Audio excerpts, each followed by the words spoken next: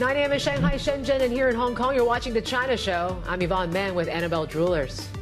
We're counting down to the open of markets in Greater China, and our top stories this morning. Well, Asian stocks on track to snap a 4-day winning streak, with hawkish Fed commentary prompting traders to trim bets on a December rate cut. We got China's October activity numbers due in about an hour's time, set to show the longest retail sales slowdown in more than 4 years, as Beijing's rhetoric fails to fire up consumers. And tech shares in focus after better than expected earnings from Tencent, JD.com.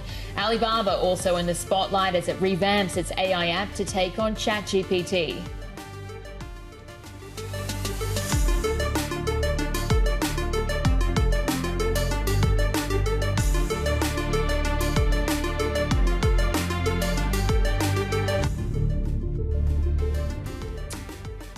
Our MLive colleagues are saying it could be a fearful Friday when it comes to Chinese markets here today. You get the AI unwind and that Fed uncertainty that certainly is weighing on global markets here today. And then you have, of course, data dump coming out of China for October. That weak credit day that we got last night certainly didn't help and bode well. We'll see how the tech plays there, given the earnings that we saw from Tencent, from JD overnight as well. But certainly that is one thing to watch here. We're also live from Shanghai this morning at the Citi China conference here. Perfect timing to have a China conference. Let's get to our Stephen Ingles, Chief North Asia correspondent.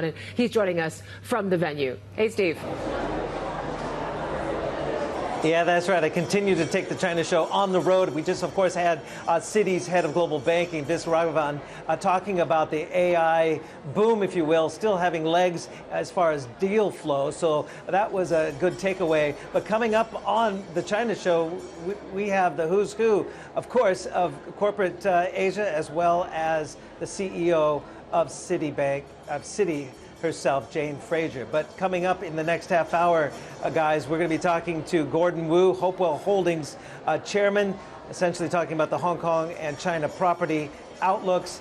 And there's Nicholas Burns as well. He is the former U.S. ambassador to China under Joe Biden, obviously a career diplomat as well, an expert in Russia. So we will be talking about the latest comments that Zelensky of Ukraine gave to Bloomberg News.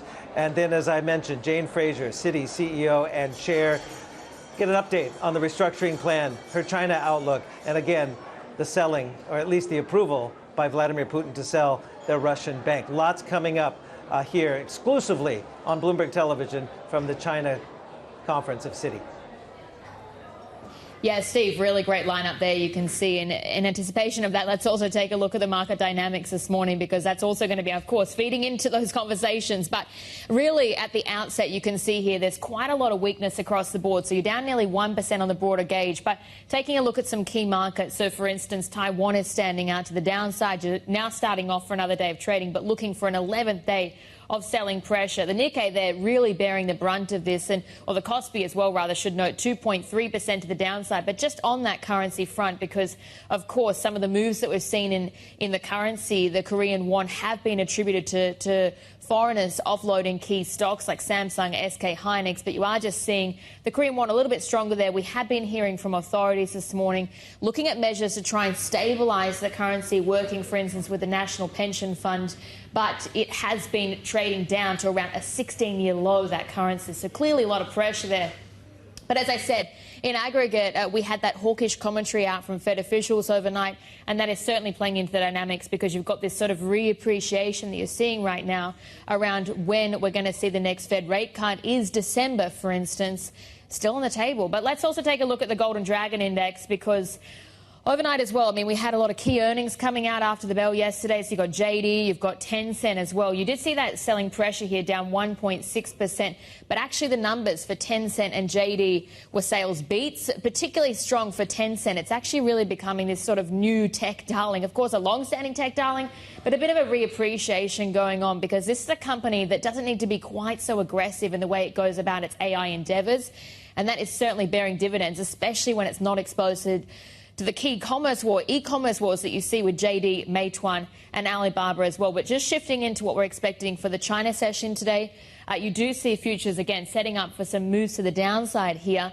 But there's other themes at play. And Yvonne, of course, you've got the activity numbers coming up, but you've also got as well that credit data showing further weakness in the economy. Yeah, weakest print we saw in terms of credit growth in more than a year, whether it's from households, whether it's from corporates, doesn't bode well in terms of what we could expect from this data dump coming up at the top of the next hour. So certainly that's going to be the key thing that we're watching. The market is watching out for here on the back of these kind of risk-off moves, right? You talk about, intervention risk that's happening in Korea.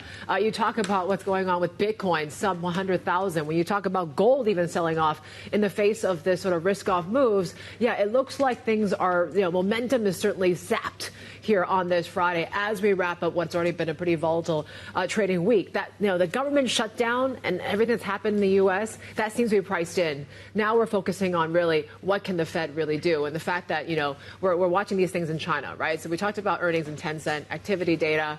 The Thai King's also in China. We got third quarter GDP numbers coming through from Hong Kong. But yes, are the macro and micro tailwinds in some ways fading right now? And can we continue this rally in China before the end of the year? That certainly is going to be a key thing to watch, because as Kevin Hassett mentioned, right, when it comes to, the data after the reopening of the government, when it comes to even the October data, they'll be able to give the jobs report, but not really the unemployment rate. Yeah, exactly. So there is still that information vacuum. And that's why I think you're seeing a lot of hesitation from some of these Fed officials on whether they can actually stick their neck out about whether to cut next month or not. Yeah, exactly. It's just that level of uncertainty that you have. But let's just shift back to what you were saying about the credit numbers as well, because this was a big one yesterday after the bell, that expansion, the weakest that we've seen in more than a year, actually, last month. So slower government bond sales, sluggish borrowing demand. It's really having impacts across the economy here. But let's bring in our China correspondent, Min Lo. So, yeah, just tell us, how bad was it exactly? Yeah, I mean, the aggregate financing number was a big miss. It came in at 815 billion yuan. The expectation was 1.2 trillion yuan. And new yuan loans coming in below expectation as well. And this is coming from both corporates and household. Corporate credit, mid to long-term credit, was a fifth of what it was a year ago. Household mid to long-term credit was contracting again. And that's always a proxy for mortgages. It shows you that people are shying away from buying real estate. And outstanding loan as well declining, and what that tells you is people are paying back their loans faster than they're taking it out. And this is even more disappointing if you consider that the Chinese government has been taking measures to try to expand investment, right? They have been creating the new policy financing tools, allowing banks to issue 500 billion yuan more through bond issuance and the like to expand investment, but we're not seeing that sentiment being picked up here. What usually boosts those credit numbers is the government bond sales, but they have been front-loading those sales to the start of the year, so we're seeing that slow down as well. So overall, very disappointing numbers, and you can tell how much pressure the banks are under, because a couple of days ago we were reporting that these banks are issuing phantom loans, getting consumers to take out loans and pay them back immediately, with the banks covering the interest rates just to cook up the numbers and meet those government-set targets for their credit growth. In terms of activity data, what are you expecting later today? Yeah, we are keeping an eye out for consumption in particular, because economists are expecting a 2.8% growth, which will be the fifth straight month of deceleration, the longest in 4 years. And 2.8%, that's also going to be the weakest print in more than a year. And you broaden out, you look at the other numbers as well. Industrial production expected to slow down to 5.5% versus 6.5% the previous month. Property investment expected to see double-digit declines. Fixed asset investment continuing to see declines of 0.8 versus 0.5% the previous month. And surveyed jobless rate as well expected to remain elevated at 5.2%. So overall, also not a good picture. We already had a hint of that lukewarm retail sales numbers from the Golden Week holiday. And the big question is, what does this mean for policy implications moving forward, right? But given the growth numbers and how it's looking like, economies are expecting we shouldn't be expecting more policy stimulus this year, given that we are expected to hit the growth target. Yeah, and things have been pushed back in terms of what economists are expecting here when it comes to rate cuts and the like here. All right, Min Lo, good preview there on what expected today when it comes to the data side of things. Our China correspondent Min Lo there. And we're going to be watching Tencent a little bit later on, right? We actually saw, as Belle, you mentioned, it was actually pretty solid in terms of earnings. It was a beat when it comes to revenue. The one thing that I thought was a bit more of maybe a concern is that they talked about these chip shortages, particularly when it comes to high-end NVIDIA chips, that could actually weigh on their cloud business longer term. Well, I think it weighs on their cloud business in the sense that you've got their internal cloud needs and then you've got their external business needs. And you did see that really having a bearing here, that they're not going to be able to necessarily try and have so many enterprise or paying customers for their cloud if they need to prioritise the internal Tencent needs first. And that is the clear impact that you're seeing of chip shortages. But as you said, and that I think tells the story really well, this chart here, but you can see that essentially you've got declines in terms of profit growth that you're seeing for the likes of, well, Alibaba is estimated and JD.com. We just had their earnings out overnight. But essentially those numbers that you get there, Tencent tells the story that it is managing to hold up because it hasn't needed to be so aggressive on its AI spend, for instance.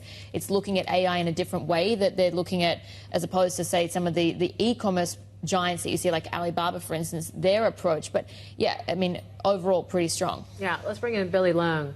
He joins us from Citi now, investment strategist, ETF-focused fund manager, Global X. Billy, obviously, it was a beat in terms of the earnings when it comes to Tencent, but there's still a lot of pressure, when it comes to the overall AI sort of trade here right now. How should we interpret this sort of results from Tencent this time around? Yeah, no, I agree. I think you put it quite well. I think in terms of the earnings, it was quite strong. I was actually quite, I guess, upbeat about it. It was actually, I know it's about 15% on the top line, but it was a very clean beat if you consider all the segments. If you look at, for example, games, it was over 20% growth. Most of the other segments, advertising, was also over 20% growth, and this is really, really impressive if you consider how the consistency it is. And I think to give the company credit, we are seeing actually a lot of this AI, or what we call ad tech, actually supporting a lot of this growth. So, I think, while we are seeing, like you mentioned, that, they are, I guess, reducing or considering sort of pulling back in terms of AI investments, we are seeing actually a lot of the AI impacting a lot of these growth. And, it has sort of shown, especially in the latest earnings, with all that sort of over 20% growth in several segments. Yeah, so how do you look at Billy, Tencent's longer AI strategy? Just talk us through the way that they actually want to develop and try and build out the AI application across the business, because they are taking a slightly different approach. Yeah, no, I definitely agree when you said that, in terms of AI, they are trying to probably monetize it much more earlier, much more faster than its competitors or even the Western counterparts. And I think this is something not just, I guess, unique to Tencent, but probably more of a strategy that a lot of the Chinese tech companies are employing, and which is trying to be very specific in terms of what they do in AI, whether it be, I guess, developing it for, social, online social, whether it be for e-commerce, whether it be for coding. And I think this is exactly what Tencent is doing. They're being very, very specific in what they do with AI. Maybe spending less, but potentially monetizing and commercializing much earlier than the peers, and we have seen that already. But to be fair, if you look at its peers as well, Alibaba, in terms of spending in AI, they've also done that. But in terms of actually seeing the growth, Alibaba's cloud growth is actually quite impressive as well, growing at over 30% and catching up to a lot of the Western peers as well. So we are seeing a lot of this sort of AI strategy actually playing out. Billy, what works better then? I wonder, there's this whole kind of big bang approach that you see that Alibaba, Huawei, DeepSeek are doing. And then you have the Tencents and the ByteDances of the world, as you say, was a lot more moderate in terms of their capex spend. They're willing to kind of leverage this AI and integrate it into their existing businesses, like WeChat, like games publishing, for example. Which one has the better ROI, you think, in the longer term? Yeah, look, I definitely sort of would prefer that sort of, early monetization, that early ROI, and I do sort of see that happening right now. So if you ask me, I do actually sort of, appreciate, what the Tencent is doing in terms of, trying to monetize that AI quickly. But, we also have to realize that in terms of the Chinese companies, in terms of AI spending and AI impact, we're still very, very early stages. So just to put that into context, if you look at the major Western counterparts, or maybe the Mac 7, they've spent cumulatively close to $800 billion in AI capex. And if you look at the Chinese counterparts of the Chinese tech companies, they've only spent about $200 billion cumulatively. So, we are still very, very early stages in terms of spending and also in terms of potential impact. So, I would say that it's still a little too early to call, but definitely to answer your question, I would prefer early monetization.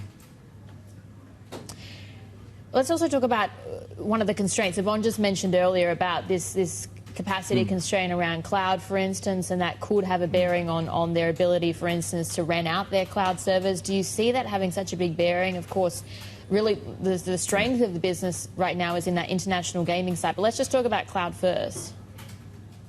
Yeah. Yep. I mean, definitely in terms of the chip constraint, I do think that it is already having an impact, and we have seen that with the pullback in investments. But I don't think this is a long-term structural issue, and neither this is an incremental, I guess, issue as well. If you look at the Chinese chip production, chip design, this is incrementally improving along the way as well. So in terms of, I guess, near-term or at a short-term impact, this is very, very not much of a structural impact. And I think longer-term, we are going to see potentially much more, I guess, supply and much more availability of chips to the Chinese tech companies, especially for Tencent and Alibaba, and even to an extent the other names such as Baidu as well. Yeah, and then just as we said, that international games business growth, it was really impressive for the period, I think up 43%. So it's clearly a big driver for them right now, but how long do you think that can be sustained? Oh, sorry. Yeah, sorry I missed that question. But yes, I agree. I mean, that international games up 43% on the third quarter. And I think this is just the beginning, because if you look at what the Tencent strategy right now is that they're actually introducing a lot of the key titles or successful titles from the domestic names to actually international. So, I can't, sort of say that this 40% will be sustainable. But I think in terms of the games growth, where we saw 23% games growth this quarter, a lot of it going forward, at least for the next, I guess, 2-3 quarters, it will be driven by the overseas name, and again, it will be the strategy of introducing key successful domestic titles into the, I guess, international arena. All right, Billy, stay with us. And that was a two-part question, so you didn't miss anything at all. But we'll have more with Billy Leung joining us in the next block as well, investment strategist at Global X. But we're counting down to the open of trade in Shanghai, Shenzhen, Hong Kong. You're watching The China Show, and we've got futures here pointing to some moves lower at the open. More ahead.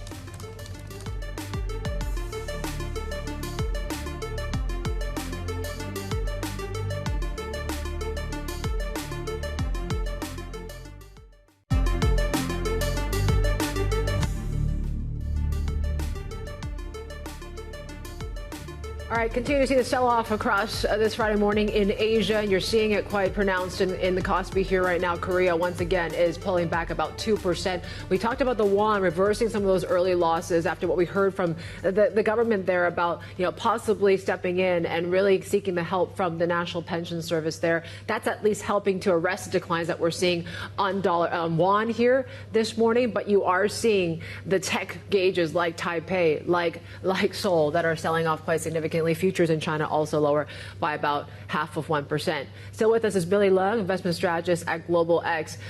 Billy, there's been now a lot of sort of concerns around frothy valuations around the AI trade, a lot of Fed uncertainty in whether they can actually cut next month or not, given we don't have the data in certain months of the U.S. What do I do in terms of momentum until the end of the year? Yeah, I think it's true that in terms of data, there is a lack of data, but it's also the quality of data that's also an issue right now. I mean, for example, if you look at last week, we saw a lot of conflicting jobs data, which actually, I guess, confused the market as well. So I think going towards, not just towards the end of this year, maybe for even the next 12 months or in 2026, we are going to see this ongoing issue of whether or not this sort of Fed rate cut trajectory will be quite smooth, and I don't think it will be quite smooth. So I think this is going to be an ongoing issue. But going back to your point about maybe frothy valuations, maybe looking at the AI, this is something that I would sort of challenge, especially when you look at, if you look at the AI names or even the tech names, it's actually quite solid compared to, for example, 20, 25 years ago. And I think a really, really good sort of, view is that if you look at 20 years ago, looking at the NASDAQ, over 70% of those companies at that time was probably at negative free cash flow. They were probably unprofitable. They had net debt. But if you look at right now in terms of the NASDAQ companies, that's sort of opposite right now. We flipped it over. 70% of the tech companies in the US right now are actually profitable and having positive free cash flow. So we are in a much more solid fundamentals and quality. So I would see that as more of a justification of why I guess valuations are much higher right now. So this dip lower that we're seeing today, you think that's just a sort of a blip, but you actually think that it's possible we see sort of a Santa Claus rally into year end? Are the conditions there for that? I think it's possible. I think especially with the potential reopening and the reopening of the US government, we are going to see, I guess, more clarity in terms of numbers. I know we did say that there's going to be lack of quality, but that's going to also calm the market as well. But just overall, if you look at the third quarter earnings for the US, it actually wasn't that bad. I mean, in terms of the reaction, we did see quite tepid reaction to the US earnings, but in terms of actually growth, in terms of actually surprises, it's actually quite comparable to the last few quarters. So I would say that we are still in a very solid environment in terms of fundamentals, in terms of valuation, and especially in terms of growth. And just bear in mind that we are also heading into next year and the next few years where, again, potentially we have cheaper or lower rates. And also, we also have the support from some of the policies, especially if you consider looking at the One Big Beautiful Bill Act. This is going to be very supportive of growth in the near term as well. Is there a need to hedge in any way? I mean, I'm looking at, a day where dollar, treasuries, and gold even sold off at a time when AI is also unwinding. What's the best kind of safety sort of bet here right now in this market? Look, I think overall, I think there's no sort of strong need to really hedge out your equities, because if you consider the current equity premium, it's actually still very, very solid. There's still a very good case to actually have equities over different asset classes. So I think that's one. Obviously, we still like gold. Gold is still a very, very solid commodity with very strong drivers. For example, ETF flows and also central bank purchases. So in terms of actually hedging the risk, I don't see a huge need. In terms of actually having a both equity and commodities portfolio, that is already quite solid in terms of my view. Billy, thanks so much for joining us this morning. That was Billy Leung there, investment strategist at Global X. And just as we head into break, taking a look at some of the early shares that are trading, you've got JD, for instance, very much under pressure so far. Tracks what we had on ADRs overnight, but yes, we did see that revenue beat for the business. The concern, though, is around the operating loss, because we had a loss as it builds out its food delivery, its overseas business as well. Tencent is the other name you can track. And again, that company posting a revenue beat, it is still a bit under pressure, but there were lots of things to like about the numbers, and we were just discussing that there with Billy Leung. But essentially, this company, less exposed, I guess, well, definitely to the e-commerce wars, but more considered in the way that it approaches AI spending. But we'll have plenty more ahead. This is Bloomberg.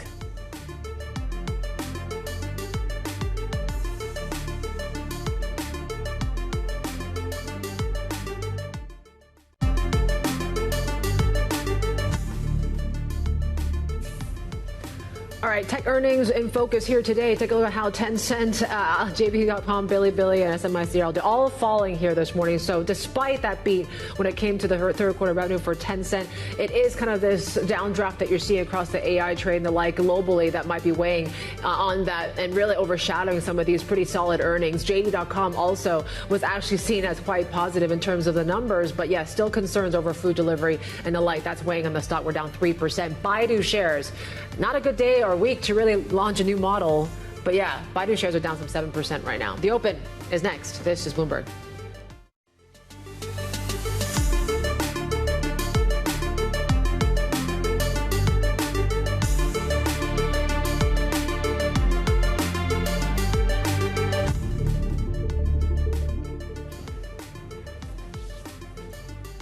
Welcome back. You're watching The China Show, and we're counting down to the opener markets. You can see we're setting up for a day in the red here. I mean, there's a lot of risk aversion that's gripping Asian markets as we approach the end of the week. Concerns about the outlook for the Fed. Is a cut in December going to be possible? But then you can add to that more of the idiosyncratic stories. So JD, for instance, is going to be one of the big ones to watch in the session today. But we had the earnings out again, a revenue beat, but concerns are on because there's that big issue. I mean, how much are they spending on their overseas expansion plans, the e-commerce wars, and what does that mean actually for their bottom line? Yeah, and cash flows and the like. That certainly is going to be the key concern around JD, where, it seems like there's other plays around China tech that might be a bit more safer bets, like Tencent, for example. But today, I don't really think it's an earnings story that's really going to drive the price action here today. When you have this downdraft of AI names being unwound, that certainly is kind of weighing on sentiment here today. And as Belle mentioned, when it comes to this uncertainty around the Fed outlook, right? When you talk about Fed rate cuts and the possibility of a cut in December is now below 50%. That certainly does leave a lot of uncertainty on what the Fed's going to do. You heard from Kashkari and the like talking about, they're hesitant to really kind of mention anything about December or even decide on December if we still don't get data, right? October, the day jobs data, you might not get that unemployment rate, according to Kevin Hassett. So that's certainly one thing to watch. And markets are starting to get a bit of concern here. We've kind of moved past the government shutdown in the U.S. That's been priced in this reopening. And now we're focusing on really uncertainty around Fed cuts and, of course, still, once again, digesting these kind of frothy valuations around AI. So there you go. That's the setup we're seeing here as we head into Friday morning. That's why you're seeing onshore markets are lower by 0.6%, the CSI 300.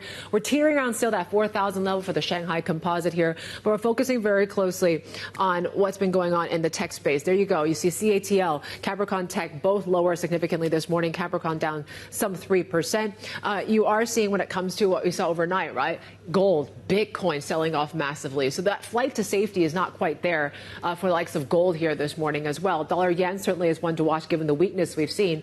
But dollar China, at least, if you flip the boards, that seems to be a sense of stability there in that pair, because it seems like right now we broke below that 710 handle for dollar China. While you're seeing this weakness in the yuan, weakness in the yen, the pound this morning as well, given what the FT was reporting, that they're going to give up the tax rate there in terms of there in the budget. So certainly that's going to be one thing to watch in Europe today. We're down 1.2%. HS Tech is lower by close to 2% here right now. What's dragging that? It's Alibaba. We're down some 3%, Tencent 1.3%, doing a little bit better against the grain here. Baidu, that's down 8% here right now. That's despite them, announcing this Ernie bot 5.0. That is not doing much in terms of turning investors' minds about AI trade and like here. And there you go. You are seeing the ones that have reported, JD.com. It was actually decent set of numbers, but then again, there's still some concerns, a lot, I should say, when it comes to food delivery and how is this really going to impact these price wars and the like. Bilibili, at least the standing out one here today, that was a slight beat there as well. SMIC, there you go, we're down about 0.9%. Belle, you got some data. Yeah, exactly. We just got the new home prices data crossing the terminal in the last minute or so, and actually it's showing further weakness here because they've extended their slump, both new home prices, used home prices, but just the new home prices, a contraction of 0.45% month on month. Existing home prices, rather, a fall of 0.66% month on month. So again, a worsening of what we had in the month prior here. It's certainly a big concern because this is a period where you've had major cities that have been looking at different measures to try and revive the struggling property market. And it is, of course, a crisis that's dragged on for more than 4 years. You are just seeing the broader developer gauge, again, a bit in the red today, but of course, it's going to be very much a risk-off session. Yeah, what you're seeing here in the fourth quarter is shaping up to be quite soft for China, right? When you take a look at the credit growth numbers that we got yesterday, weakest growth we've seen in about 14 months, I want to say. Then you have what is still continuing on, the elephant in the room, which is this property downturn with no signs of let-up. So what does the October data going to bring us, right? It looks like things are going to be looking pretty soft when it comes to retail sales and the like as well. Before we get to that, of course, let's bring it back to Shanghai and bring in our chief North Asia correspondent, Stephen Ingles, who is in, of course, at the Citi China conference with our next guest. Hey, Steve. Yeah, that's right. We're going to pick up on the theme of property, obviously in China, but also in Hong Kong. So those woes in China property continue as they haven't seemed to have put a floor on those falling prices or falling sentiment. In Hong Kong, it's been a difficult couple of years as well, with commercial real estate vacancies up towards a record high, near 18%. Retail has suffered as well. And then home prices going forward into 2026 might see a bit of a recovery. Let's get a pulse check right now with Gordon Wu. He is Hopewell Holdings chairman. Thanks so much for joining us here, and good to see you. It's been a while since we've had a good face-to-face chat. So what is your outlook for 2026? You told me in the pre-interview you're cautiously optimistic about a pickup in Hong Kong. Well, in Hong Kong, I'm extremely optimistic on the domestic supply of homes, because the strong demand is still there. It has been affected by the high interest rate.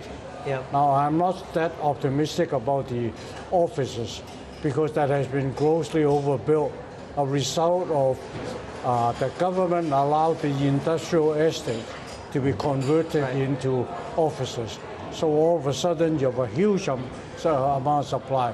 It'll probably take another 5 years before it will stabilize. So you've seen this other, I guess, business district really emerge in West Kowloon. Sun Hongdae building this IGC giant place. You've seen some of the big banks, JP Morgan and AIA is going to Kai Tak. There's been a diversification as well, leaving Central pretty unoccupied right now. Is that a dynamic that's going to take a long time? I say about 5 years. Yeah.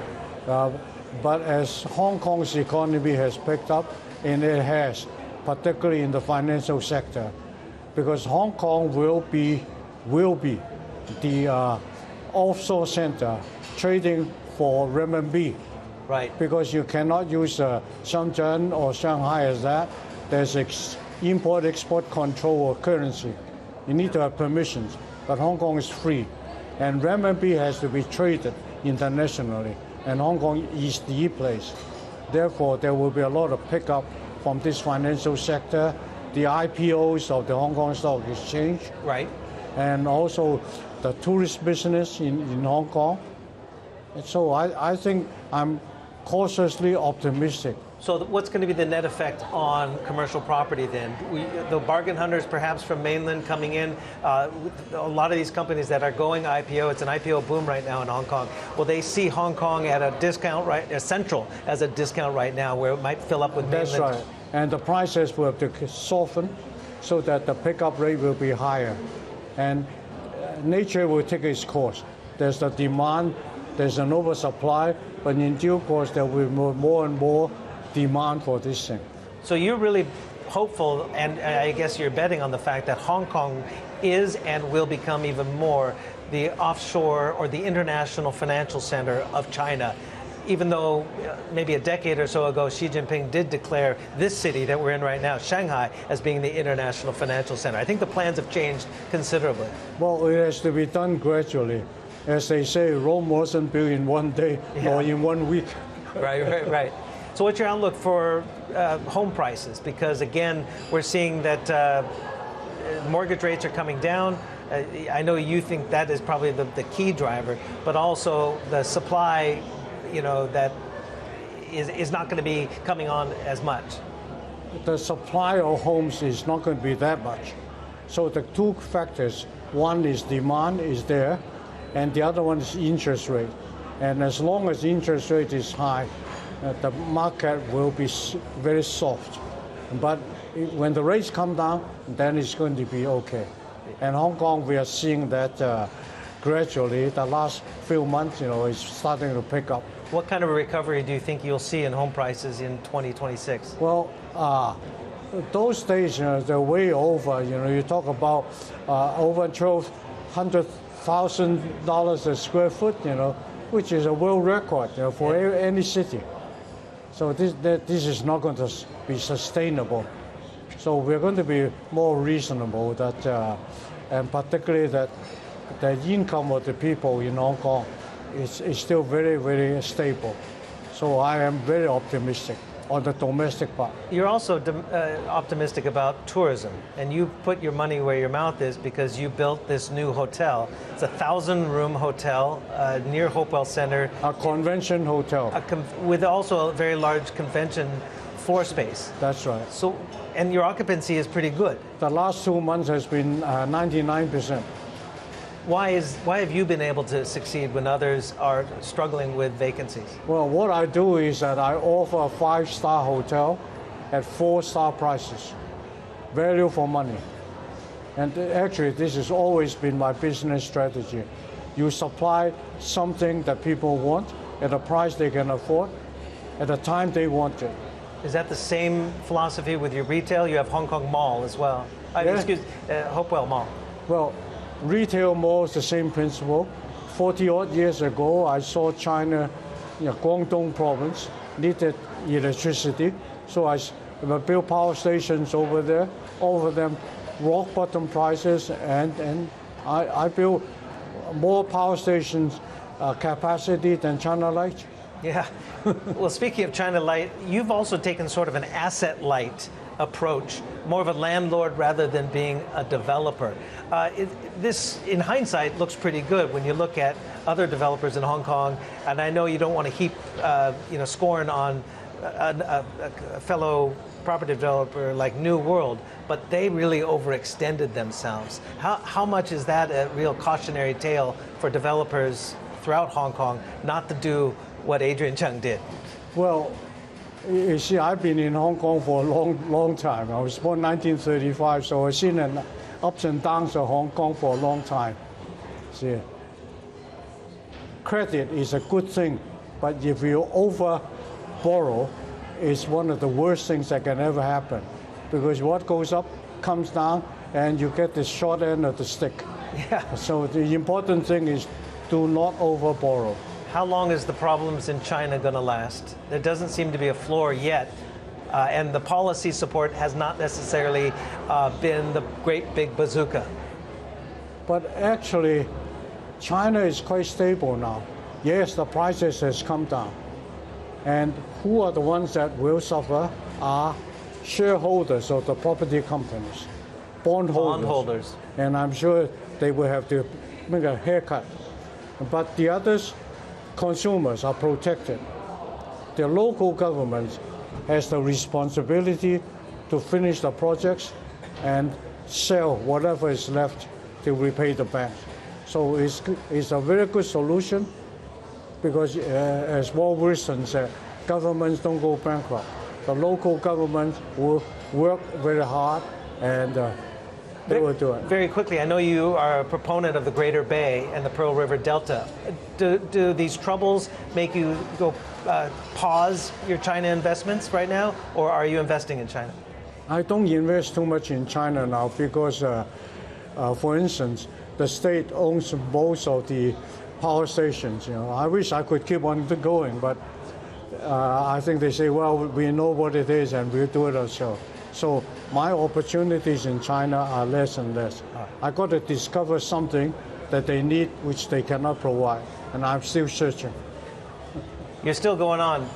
Gordon, great to see you, and happy birthday next month.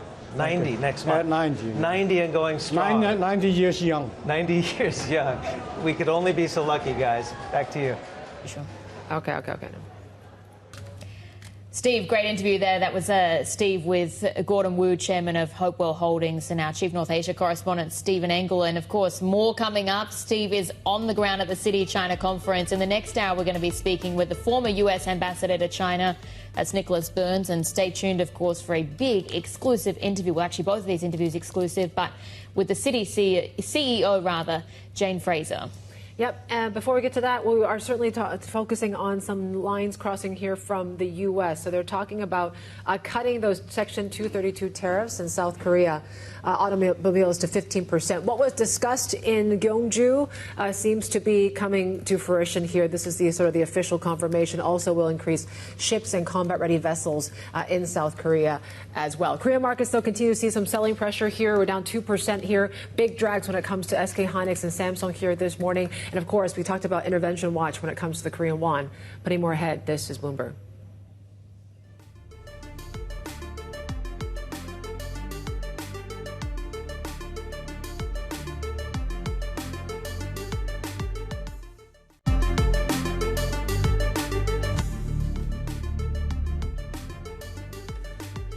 All right, we're checking shares of Zijin Gold, Zijin Mining here this morning. Of course, as we've been talking about gold prices, you made it worse. I definitely did. It reminds me of that Lord of the Rings sort of episode with the Starbucks cup. I don't know what move out of the way means. I think it means actually under the desk. We're dealing with the new set. Mind us here. Zijin Gold, Zijin Mining. There's been some, of course, gold prices now have been selling off in the face of this sell-off here, which is quite interesting and really impacting some of the miners. But there's this really interesting story when it comes to Morgan Stanley, too, facing scrutiny from a U.S. congressional committee over its underwriting of a $3.7 billion Hong Kong IPO from, of course, Zijin Gold. Our tech and industrial policy reporter, Maggie Eastland, she joins us now from Washington. Maggie, thanks for staying up for us. Tell us a bit more about this request for information from the head of the House China Committee. Sure, of course. So Representative John Molinar has written to Morgan Stanley's CEO specifically about this IPO underwriting of Zijin Gold, and specifically concerns around its parent company, that's a mining company out of China, that is subject to a US blacklist. So the representative actually has concerns that the transaction itself may have been motivated by a desire to evade some of those US restrictions. And he's asking Morgan Stanley for more information and details about their due diligence process. So a letter's been sent to Ted Pick, the CEO, dated November 13. But what does it mean exactly for Morgan Stanley? Sure, right. So for now, it's just a request for more information, and it is just a letter from this one congressman. However, it is a clear reputational risk. Of course, it's a U.S. bank, like most U.S. companies. It doesn't want to be connected to blacklisted entities, even through subsidiaries that have forced labor concerns. And that's what this letter calls out. So, it could become a real reputational risk for Morgan Stanley. And there is a potential that there could be more legislative action if Representative Molinar pursues that after receiving the information that he's asked for by the end of November. And we saw a similar case when it came to that CATL listing as well, where there was increased scrutiny from lawmakers in the U.S. Do you think this is part of a larger trend? Sure, yeah. Well, there certainly are two examples, both from this year, both major public listings. I mean, some of the largest IPOs across the globe this year. And this panel in particular has been quite concerned about this. I would say broadly in DC, policymakers are very concerned about, in particular, what kind of subsidiaries Chinese firms are forming, and the number of those subsidiaries and sort of parent firms that are ending up on blacklists is certainly growing. And there's a lot of different blacklists in a lot of different departments here in DC. So, it is definitely a risk that bankers will face as they try to get in on some of the lucrative opportunities that there are for Hong Kong deals.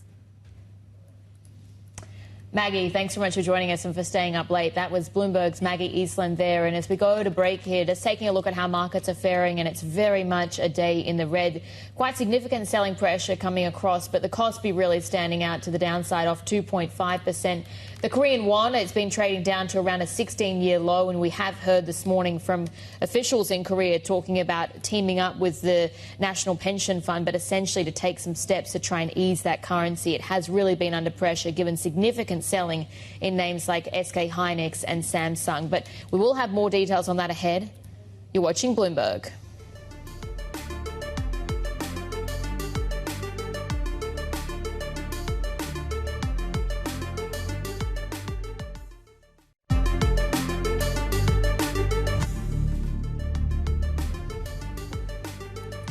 All right, taking a look at how Korean markets are faring this morning. That's after President Lee Jae-myung said that a joint fact sheet outlining trade and security terms with the U.S. has been finalized. That sets the tariff rate on South Korean car exports at 15%. Yeah, meanwhile, the big story really is what we're seeing in the currency here right now, because South Korean authorities are really pledging to take steps to stabilize the currency after a close discussion with the National Pension Service and major exporters. Let's bring in our Bloomberg Intelligence Chief Asia FX and Rate Strategist Stephen Chu on what's expected. It seems like we're seeing more intervention risk around Asia FX here, whether it's the yen, whether it's Korean won. Is it going to work to stabilize the currency? This is definitely one of the focuses. Yesterday we talked about the yen risk, and then now we're on obviously this morning, so it materialized for South Korea. So in the second half of the year, two of the weakest currencies in Asia exactly is the yen and the won. And the won is the weakest, down by 7% against the US dollar. And that's even with a lot of equity inflows in the third quarter, like Kospi making really the best performer this year in equities. Exports has been doing well in Korea. What's driving it? It's really about the concern about that US-Korea deal, like talking about now we know it's $350 billion. And because I think the key is market is now moving away from trade war, moving away from the concern about the US government and back to the Fed, back to rate differentials. And we know that as long as the Fed stay hawkish, just like Powell stayed hawkish last time, then it's going to hurt the low yielders. It's going to hurt the yen. It's going to hurt the won. So that's why they have to step up at this moment. The fact that they're teaming up in Korea, the government officials with the NPS, the National Pension Service, how serious does that tell you that they're taking it? Is this something we've seen before? Or is it unprecedented? We have seen before because, like we know, MPS had a lot of overseas investment, especially in dollars. So they could easily just increase the hedging ratio, just hedge dollar exposure. And obviously, Korea talked to the exporters as well because with the trade in Korea doing so well, a lot of exports in dollars, they can also convert those dollars into the won. So in the near term, there could be an impact to support the won. So now we saw the won rallying this morning. It could rally further. But the key question is if as long as markets focus on the Fed, especially heading towards the December FOMC, if that's still the main driver and the Fed stays somewhat hawkish, then that's going to be hurtful for the won. Dollar China is breaking below 710 right now. Why is it resilient and being more strong than the rest of Asia? It's one of my favorite stories. It's hard to explain. But if you look at the fundamentals, I know like if you look at growth, if you look at consumption, it's still very weak. But for the Chinese yuan, it's really about trade. If you look at exports, we look at trade balances at record high on a 12-month rolling basis. FDI is improving. So the structural factor for the currency is improving. So that's why regardless of how the dollar behaves, the yuan is one of my favorite currencies. And in the first half of the year, if you remember, the yuan sort of hit multi-year low onshore, record low for offshore. So it has underperformed other Asian currencies. So now it's making a comeback. All right, great context there, Stephen. Thanks for joining us. That was our Bloomberg Intelligence Chief Asia FX and Rate Strategist, Stephen Chu there. Now for another check of the markets as we go into break here, but taking a look at these chip stocks this morning, you can see really standing out to the downside. You've got SK Hynix, for instance, Samsung. These have been some of the biggest names that are seeing a lot of foreign selling, as we've been discussing. That's putting pressure on the local currency as well and forcing this government intervention. But more ahead coming up.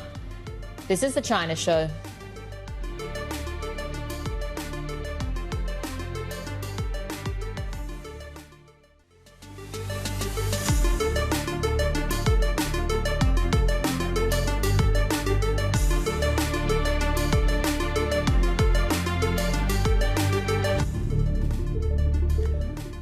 Welcome back to the China Show. We're looking ahead to the release of China's October activity data. Live pictures there out of Beijing against this backdrop of the sell-off that continues here in Friday morning in Asia, right? You take a look at what Korea is doing when they're talking about intervention into the currency here, given this deepening sell-off in the stock markets and the like there. We continue to see Kospi under lots of pressure here this morning. And of course, is it going to be that fearful Friday that we're seeing across markets? China looking a little bit better than the rest of Asian markets here today. This whole unwinding of that AI momentum trade. Once again, you have uncertainty over the Fed and whether we're going to get key data when it comes to October. That's sort of clouding the whole Fed outlook here. And you have Fed officials also talking about, they can't really decide what to do with December, given the fact that there's not that much information so far.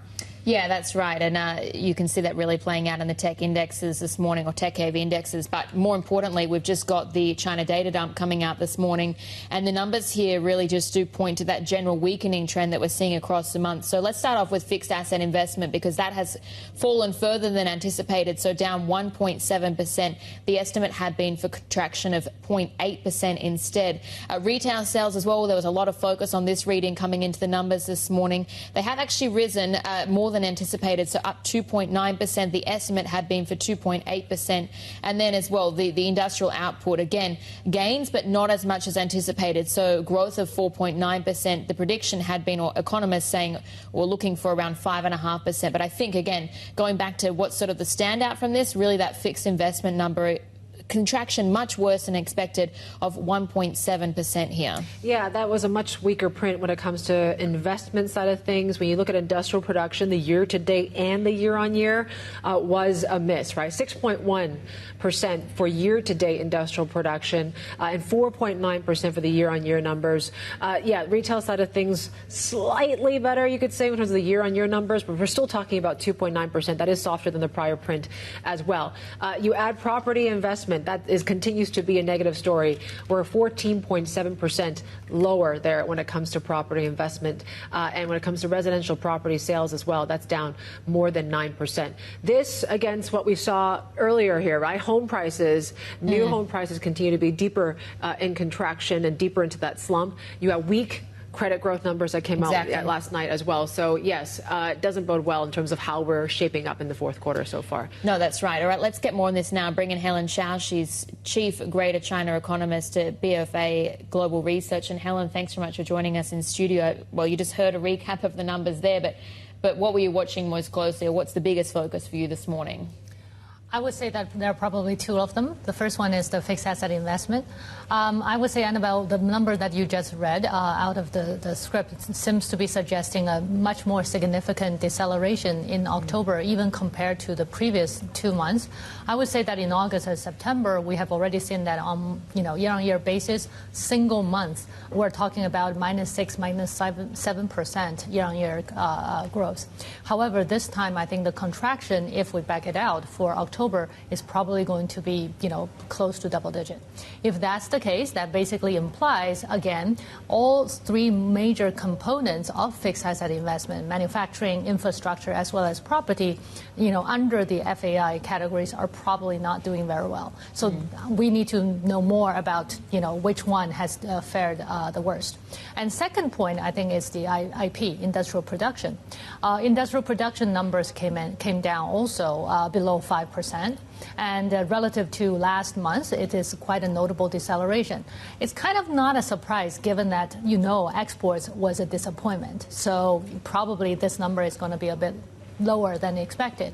But that said, it didn't come down to 5, but instead even lower than 5, implying that domestic demand is indeed pretty weak. You mentioned on the investment side, given that seems like that was the bigger disappointment. How does anti-evolution play into that? Is that the cause of this weakness? We think it's probably not the cause of the whole weakness. The fundamental problem is the lack of demand. So some people were saying that, the NDRC promoted this anti-evolution campaign and therefore manufacturing-related fixed asset investment has been decelerating much faster than before. Arguably, in previous 3.5 years, we have seen property sector fixed asset investment, contracting fast at double-digit levels. But during those 3.5 years, infrastructure and manufacturing investment growth overall held up pretty well. So this is the first year, and especially starting from June, this is the first few months that we have seen manufacturing investment growth decelerating this much. We think it is related to the anti-evolution campaign, which started around then, but we think it's only an accelerator because, after all, the problem is we are seeing not enough demand from China.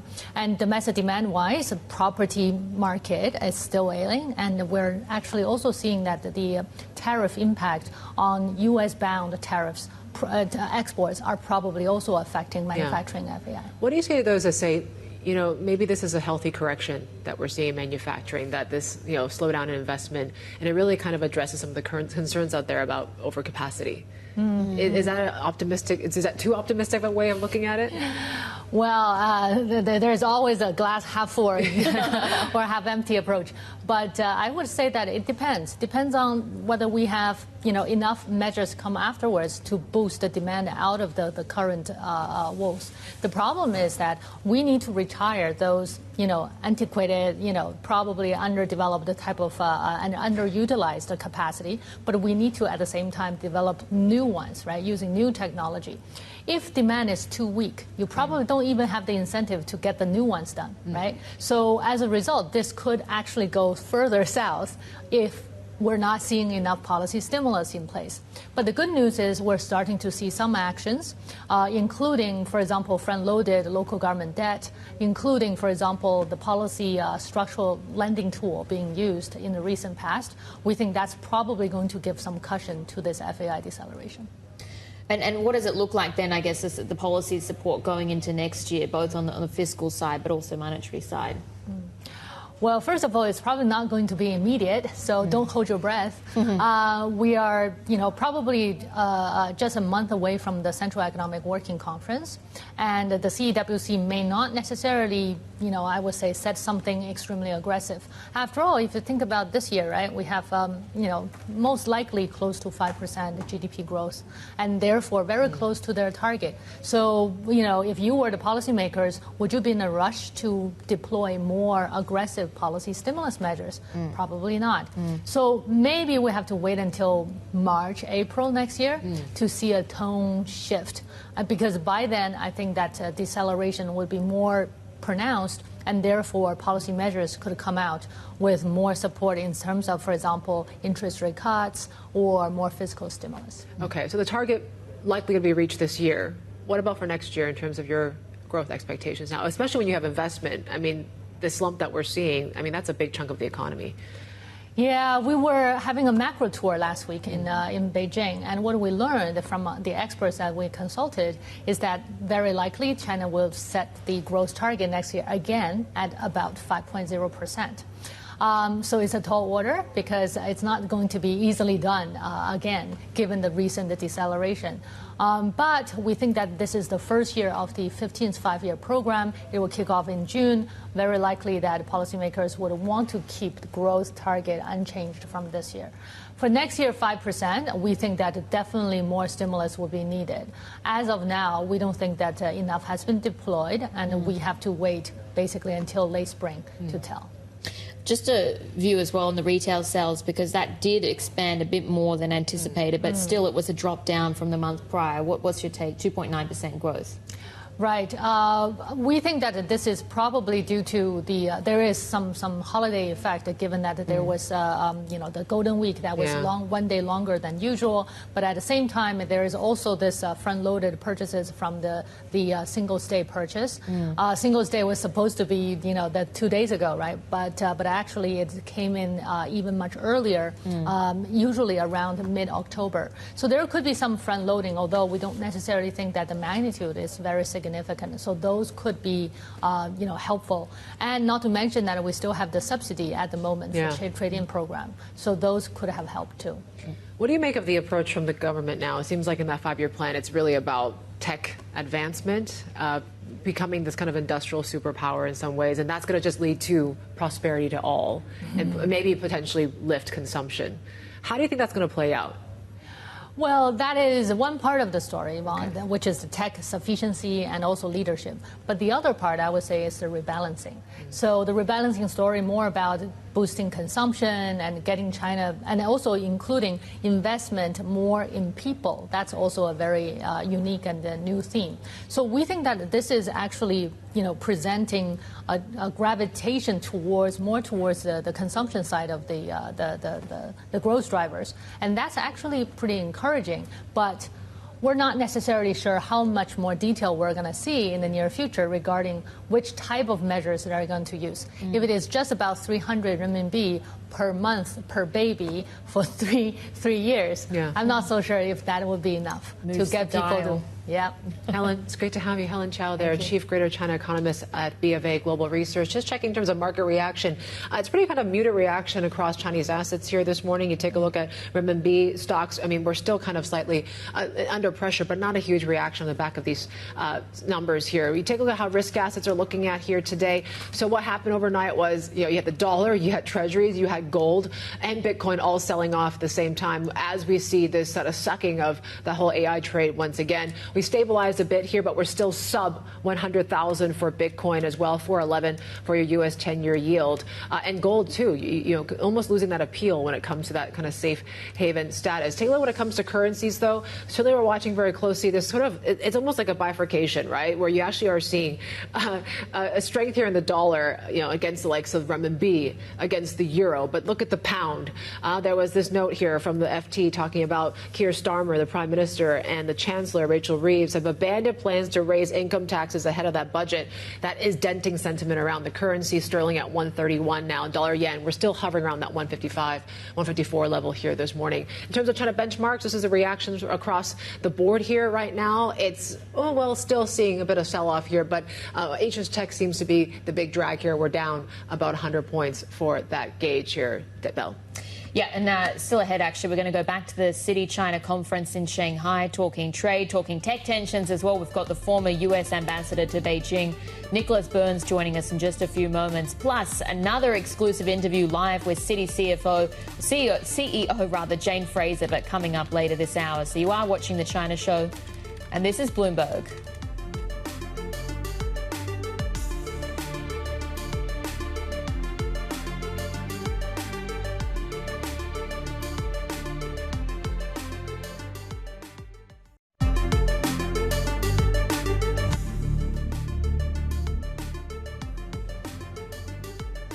Well, Morgan Stanley is facing scrutiny from a U.S. congressional committee over its underwriting of a $3.7 billion Hong Kong IPO from Zijin Gold. Republican John Molinar chairs the House Select Committee on China. He's written to the bank asking for documents, citing concerns about due diligence. Parent company Zijin Mining is on a U.S. blacklist tied to alleged forced labor violations. President Trump is preparing substantial tariff cuts designed to address high food prices as he seeks to stem a voter backlash. The push comes after last week's electoral victories for Democrats across key state and local races. New trade deals with Latin American countries will see the U.S. reduce tariffs and barriers on common grocery items like beef, bananas, and coffee beans. All right, just marking a line that's just crossed the terminal. The U.S. approving possible $330 million military sale to Taiwan. It is coming against the backdrop of some reporting we had earlier this year, but President Trump looking to ramp up weapons sales to the island to a level that could possibly exceed the level that was set in his previous term. But that is what we've got so far on that line. But let's cross back to Citi's annual China conference is underway this morning in Shanghai. And our Chief North Asia correspondent, Stephen Engel, is at that Citi annual China conference. Steve. Yes, and we're very honored to have the former U.S. ambassador to China, Nicholas Burns. He is now a professor at the Kennedy School of Government at Harvard University. Thanks so much. We have so much to go through. We do. And you're out of the seat as ambassador, so we can get right down to it without the diplomacy, right? So let's talk about the truce. How fragile is this truce, and how sustainable is it? I do think that's the right word for it. I mean, there's been a very fractious year in U.S.-China trade, lots of disagreement. The meeting in South Korea was positive in one sense, the fact that Xi Jinping, Donald Trump have reconnected, and they have an ability to work with each other, and they'll see each other twice in 2026 when President Trump visits in April, when President Xi comes to the U.S. at the end of the year. But there's a truce in the trade war. The trade war, I think, is going to continue into 2026. It's going to be renewable every year, the parameters of their agreement, but nothing was signed. So no, it's not a traditional trade deal, 1,000 pages worked out by lawyers, enforcement mechanisms. It's really an agreement on a series of issues. China will help the United States on fentanyl. China will resume purchases of American agriculture. China is the largest market for American agricultural products. I think there's also an agreement, if you read between the lines, Steve, that neither government is trying to decouple this $642 billion two-way trade relationship, but they have a number of differences on the specific trade issues that I think will continue to bedevil the relationship into the next year. So that will keep, maybe not decoupling, but that will keep the momentum on the de-risking of both sides, to be less reliant on each other going forward, because these things are still going to crop up. Well, it's a complicated issue. I agree with you in part that neither government wants to be dependent on the other for critical materials or minerals. And so, for instance, you've seen President Trump, I think quite rightly, it's good that he's done this, is trying now to diversify our supply of rare earth minerals with Australia, with Argentina and Malaysia, Chile. there was a pact there. Malaysia, and inside the United States as well. You see the Chinese government trying to make sure it's not totally dependent. Look what they did in Brazil and Argentina with soybeans. Well, exactly right. Put the American farmers begging for mercy. Well, but also the Chinese are dependent on advanced American semiconductors, on advanced parts for aircraft, computer parts. And so I think actually, if I had to score this, it's kind of a draw. Really? I think so. I mean, a lot of people have paid attention to the fact that China came out in a very determined way to match the U.S. blow for blow, but I think both sides have done that. Well, did the U.S. underestimate the levers that China had? Certainly some in the administration did at the very beginning in Liberation Day, thinking that the Chinese might not be able to respond to what the U.S. had done. But I do think that President Trump has been tough-minded on China, and I think that's correct. I've supported many of his measures vis-a-vis China because, you know, China's been a problem in global trade, intellectual property theft, forced technology transfer, the clear overproduction of Chinese manufactured goods that are then exported into the world. So I think the president's been right to be tough-minded, and I say this, Steve, because in the Biden administration, one of my jobs as ambassador to China was to implement all the Trump tariffs. We did. Yep. And now you see... you didn't dial back. No. And now you see President Trump and his administration have implemented the Biden tariffs. Were you surprised, though, and I was there at APEC in Gwangju, when the day before he met Xi, he essentially said Blackwell chips, the most advanced AI accelerators from NVIDIA, which had been under export control, he said they're on the table. Of course, it never materialized, but were you surprised that the United States would be willing to give up that lever and that national security chip? I think it was kind of surprising to hear that that might be on the table, but I was very gratified, very relieved that the United States, President Trump, did not agree. Why? Why am I? Because NVIDIA, of course, says they're losing billions every year. And because of the national security interests of the United States. If we allowed the sale of the most advanced American semiconductors for AI purposes, you know that that technology would go to the People's Liberation Army and allow it to compete directly with the United States military in the Indo-Pacific. That's not in the security interests of the United States. And President Biden put those export controls 3 years ago on the Chinese economy, because we understood how the civil-military fusion works in China, that any Chinese company importing this material would have to turn it over to the PLA. So I think President Trump made the right decision not to permit NVIDIA and other companies to export these advanced chips. So you think they should hold fast to that? I do, because certainly, I understand companies want to do business, but here's the reality.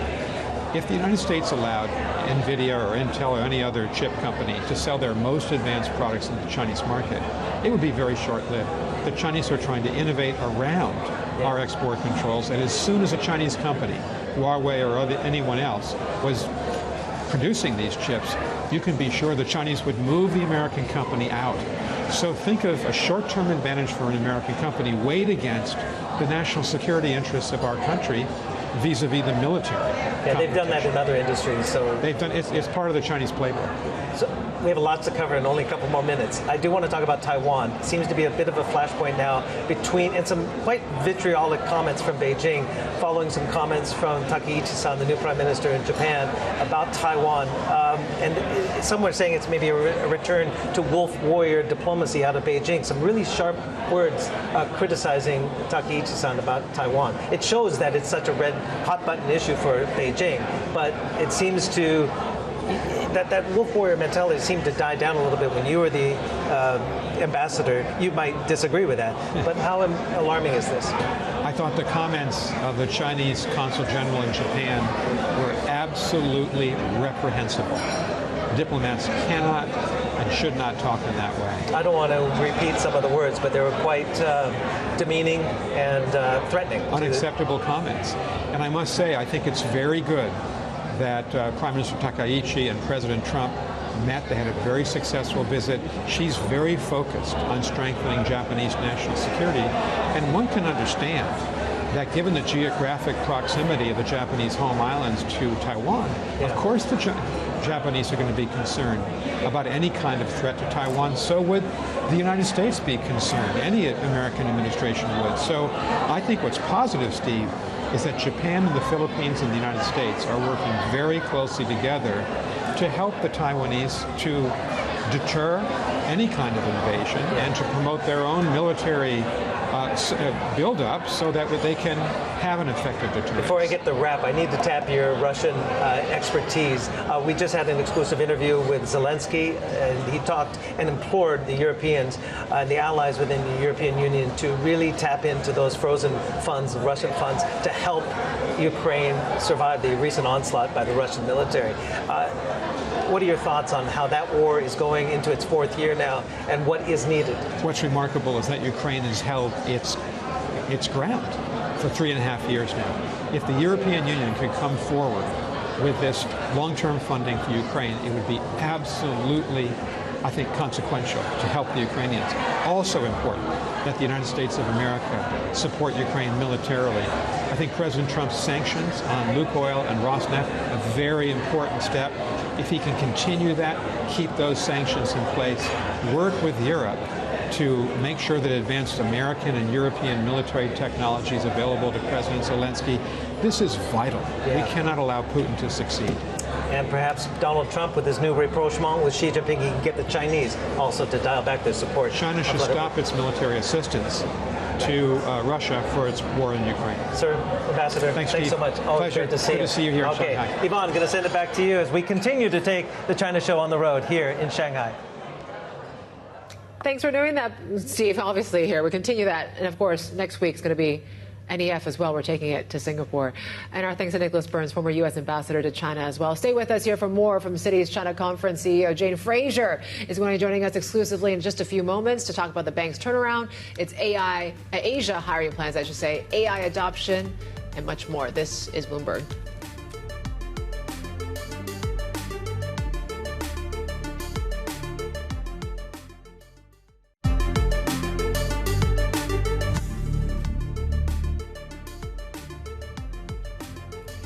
Taking a look at how markets are faring this morning, you can see here there is a lot of red across the screen. I mean, it's very much a down pressure day. A couple of different factors. I think sort of the headline level is that you've got this rethinking around the Fed. Is a rate cut going to be even on the table for December? It seems like you've got a less than 50% chance of that happening right now. That's also leading into a general tech unwind, and you're seeing those tech-heavy benchmarks bearing the brunt. More ahead.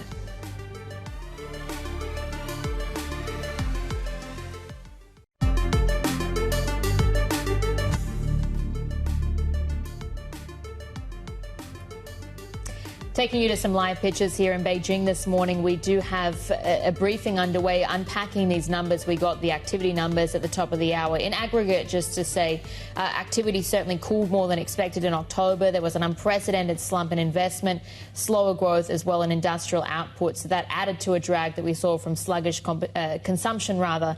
We are just getting some lines coming from the MBS this morning. They're saying that intense competition impacted firms' profitability.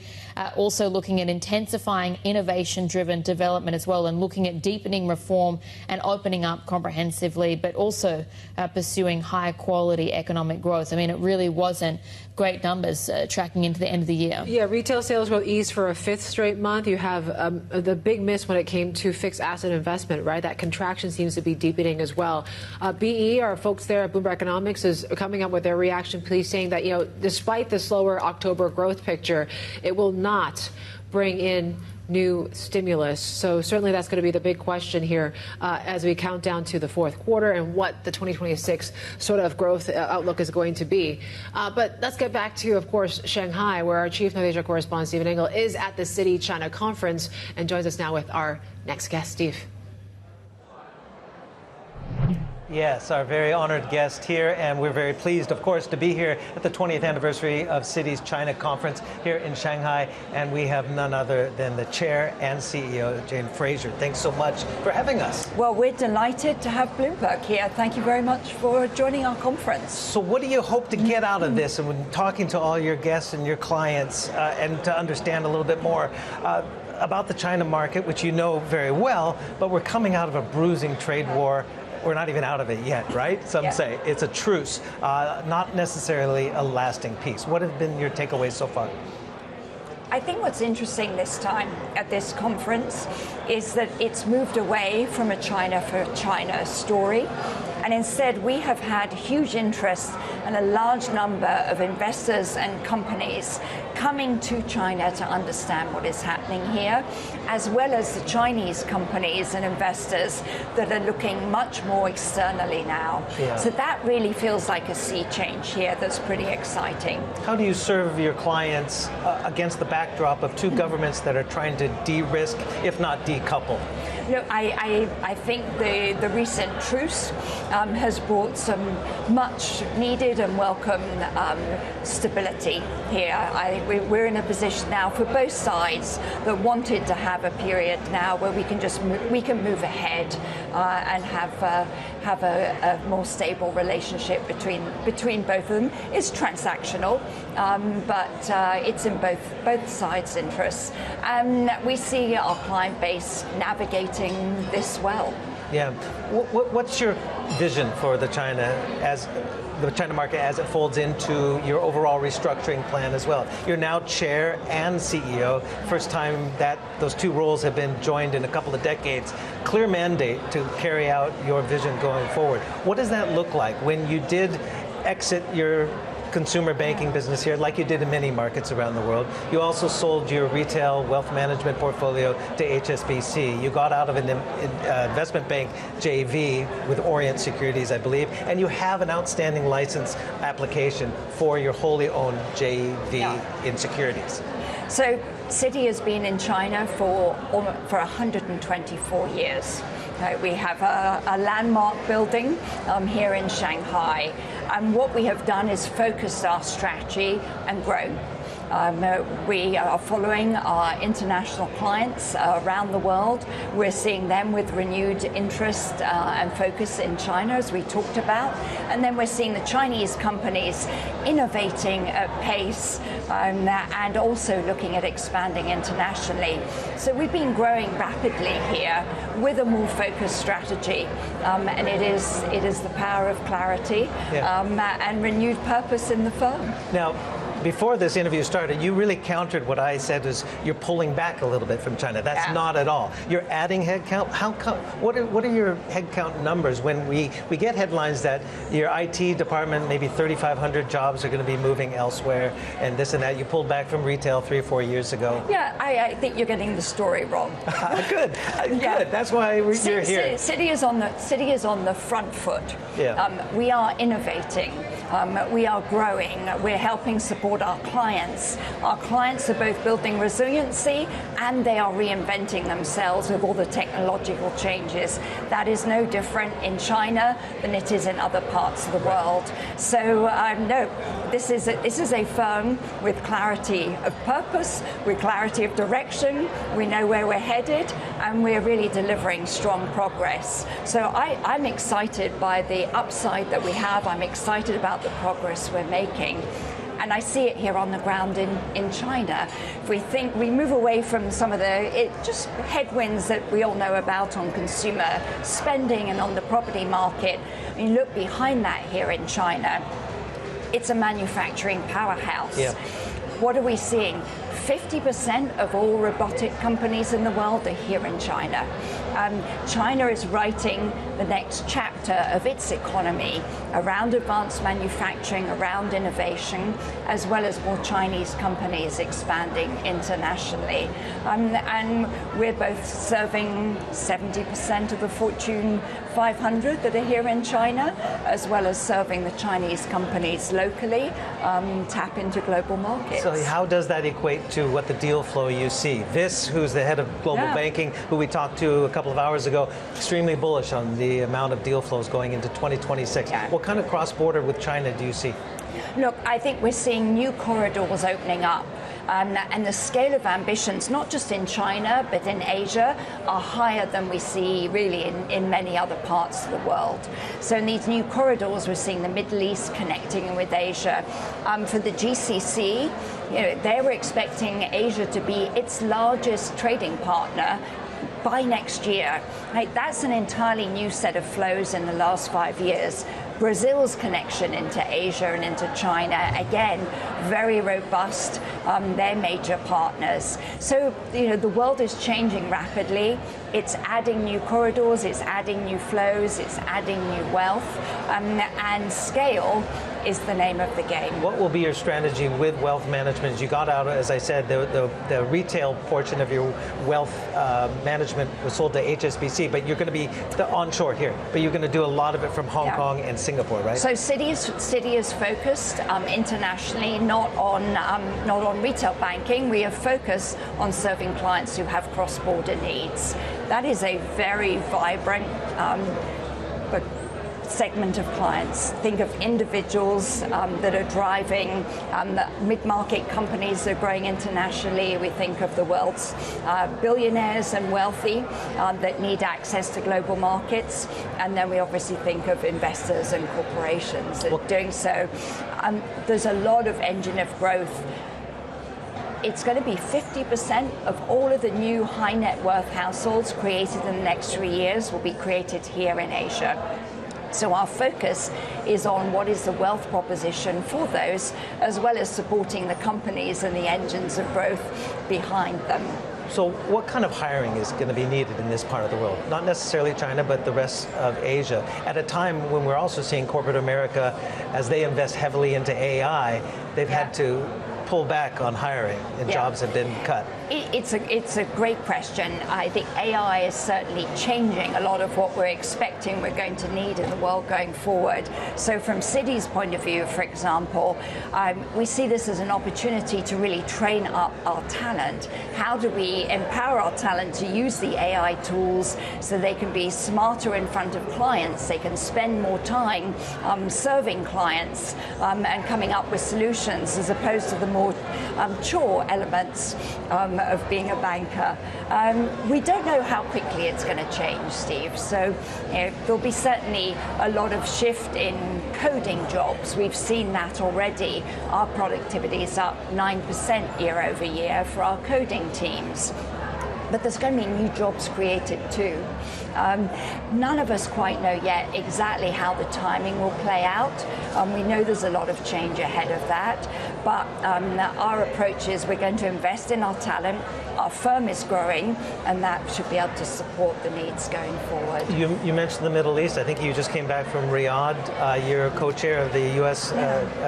Saudi Business Council, I believe. This also very bullish on India. Magnificent opportunity there. He's biased. Might be a little bit biased, maybe. But again, what do you hope to get from those markets as it fits into your restructuring plan and the vision that you just talked about? No, the growth plans that we have going forward, because we are on the front foot. I cannot stress that enough. And you can see it in our results. So all of our businesses, we're taking share, we're growing very quickly, and our returns are improving. So as we're looking forward, it's growth. Let's take India. Citi is larger in India today. We are the largest foreign firm by revenues in India. When I look at Korea, where I was just at, that's another market where we were the first foreign bank to open the doors in Korea. And we have a very strong position there supporting multinationals and clients. So as I look around the world, it's becoming more focused on diversification. There is also a focus on reinvention. What we are doing is helping provide the strategic advice. We're helping provide the financing and structuring and arranging that. And we're also helping manage the supply chain reconfiguration. We're helping with the hedging in foreign exchange, interest rates, because volatility is a feature. It's not a bug of this system. Through your restructuring, you had to get rid of the retail side. And are there other areas that you would like to divest? I know. You have the wrong story. Citi is about growing. We're very clear. Front foot forward. We are very clear on our strategy, and we're moving onwards. I only ask because, again, the Russia situation is a little bit different, probably, than your overall strategy. We just got word that Vladimir Putin approved the sale to Renaissance Capital of your bank in Russia. Probably something that you've been wanting to do for a while, but it was held back. We have been winding down, as many companies have been, the franchise in Russia. We were waiting for the final approval to be able to sell. We've got a couple more to go to Renaissance, but it's a tiny business. So it's in the grand scheme of where Citi is, where we're investing, and what we're doing. It will be good to get that done, but it's not critical to the firm's strategy going forward. Let's talk about the outlook in the United States right now as we head into 2026. We saw the market reaction overnight. Simply, we're seeing that the Fed's equation, the bets for possible easing coming up, are now 50-50 or is tilt below that because of the specter of inflation. What is your outlook for Fed action going into the new year and the specter of inflation rising? Look, I don't think we're out of the woods yet, and there's a sense that there may be another shoe to drop. It could be in tariffs or in the labor market. It could be in the asset prices that are quite high in the States. But all of that said, we're quite optimistic about 26. The challenge for the Fed right now is with the government shutdown. We all have a dearth of up-to-date data, which we could do with. It's hard to make these calls of exactly what's going on whilst we're waiting for the information. But as we look further out into next year, think the resiliency of the corporate balance sheets, the strength, companies leaning in to innovation, investing in AI, there is, I think the doomsdayers will be proven wrong.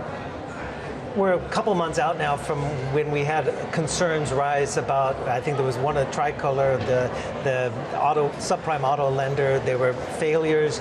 There was concerns about non-performing loans. What does your balance sheet look like as far as that, and where is your worries lie? Our balance sheet is pristine, but I think part of that is because it's very heavily investment grade on the corporate side. We're over 80% investment grade globally, and when we look at the consumer side, it's about 86% prime. So we tend to see the most resilient, healthiest parts of the economy on the balance sheet. All of that said, we haven't seen a thing that is concerning us. The consumer in the States is being fiscally responsible. Companies have been building up some more cash, either for a rainy day if it proves necessary, but most of them for investment. And they're acting from a position of strength. We'll keep an eye on the labour market. We'll keep an eye on some of the areas of mid-tier players in private credit and the like. But as far as we're concerned, that second, third order effects, the bank's not seeing anything that we're worried about. Are you concerned by what some say maybe bubble forming in AI? We talked about the advantages of AI, but how much of a bubble or overheating? I'm not sure if we're just in with a lot of our tech clients on the West Coast. I don't think anyone was ready to say that it's a full-on AI bubble, but no one is saying that there aren't some real pockets of let's call it the British understatement, frothiness in the market. It's more around the edges. What I found interesting is we can see a lot of the demand for the infrastructure build that's going in AI and the energy for the next couple of years. Where you saw some opinions diverge was in the 3 to 5 year period, could we be in danger of overbuilding? But no one's feeling that for the big investments that are going on at the moment for the next couple of years. So I think on that one, certainly some pockets of frothiness there on the valuations, but the core infrastructure investments are important. And as we're seeing in our own bank, and I think many companies are, we'll start getting some of the productivity benefits coming through. But the scale and the pace of investment is unprecedented, that is for sure. Jane Fraser, thanks so much. Thank you. Hope you don't mind me playing the devil's advocate. I have the story straight now. Thanks. Good. Thanks so Thank you very much for having us here Thank at you. your China conference, the 20th anniversary of that conference here in Shanghai. Okay, Yvonne, Belle, back to you. Thanks, Steve. Yeah, great interview there as well, just touching on AI bubble, real or certainly seeing a huge run-up in some of those stock prices as well. But that was our Chief North Asia correspondent, Stephen Engle, with the Citi Chair and CEO, Jane Fraser. And if you are a subscriber, you want to re-watch that interview, you can via our interactive TV function, TV Go. You can also become part of the conversation by sending us instant messages. So do check it out at TV Go. We'll have plenty more ahead. This is Bloomberg.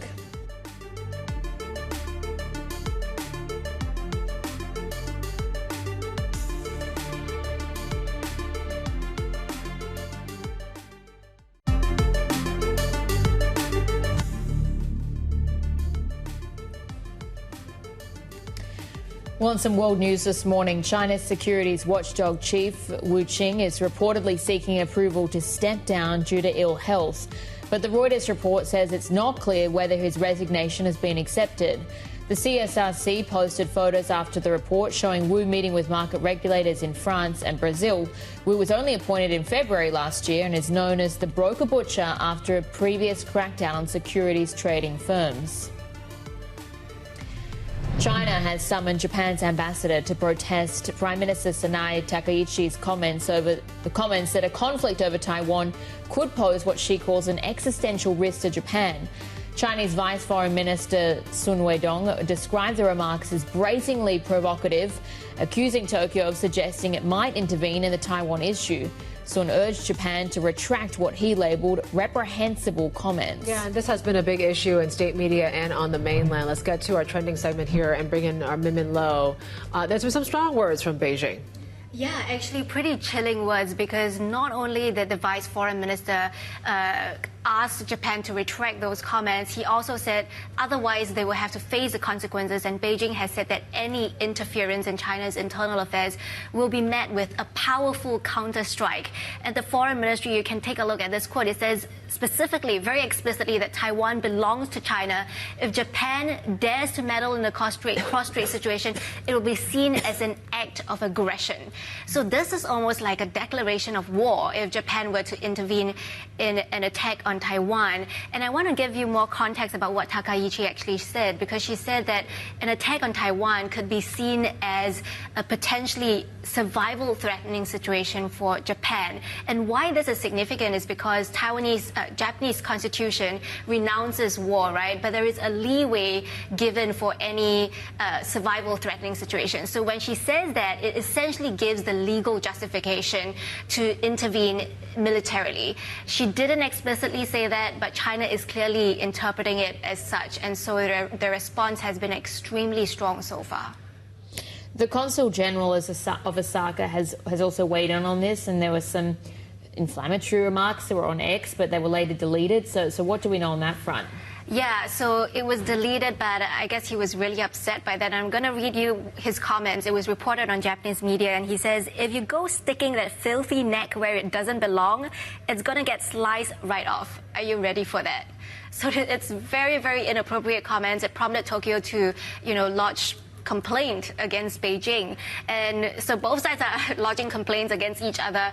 The Chinese Foreign Ministry has responded saying that this is a post that is in response to what Takaichi said, and says it's irresponsible for Japanese politicians and media to hype this post up and divert attention from what Takaichi said. And this is the headline on the Global Times editorial as well, saying that, the heinous nature, the malicious intent behind her remarks have been extremely shocking, and that it has caused a serious damage to China-Japan relations.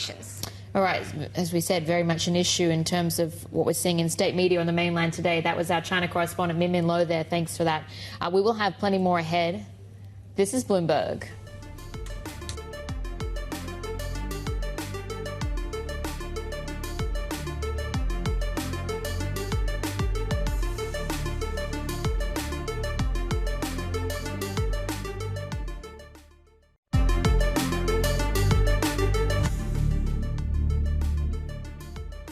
I think the recent truce has brought some much needed and welcome stability here. I think we're in a position now for both sides that wanted to have a period now where we can move ahead and have a more stable relationship between both of them. It's transactional, but it's in both sides' interests. And we see our client base navigating this well. Jay Fraser there, Citi Chair and CEO, speaking to us exclusively at the Citi China conference in Shanghai. So obviously she's optimistic about China, certainly seeing a lot of activity there. On the ground, though, when you take a look at this activity day that we got, it hasn't looked like, in terms of, seeing some sort of recovery, there's not that many signs of that right now, especially we're starting off the fourth quarter on a softer footing, right? So we talked about industrial production. That was a miss here as well. Fixed asset investment, that was a record decline of 1.7% for the first 10 months of the year. Yeah, that was really one of the sort of standouts to the downside. Also sluggish consumption that you continue to see. So that sort of paints a picture there. In terms of the market reaction to it, I mean, you just have seen that continued weakness across the session. It feeds across what we had on Wall Street overnight. But just taking a look at some of the individual movers to note briefly, because we had earnings out from JD.com, for instance, and again, really concerns about their overall spending and the broader economic environment you see, given it's that very intense e-commerce competition. Let's leave you with a final note here on what you see for the semi-stocks. Again, under pressure, that unwind of the tech trade, plus what you see for broader Asia, given you've got these expectations that maybe the Fed won't be cutting come December. That's it for the China show, and this is Bloomberg.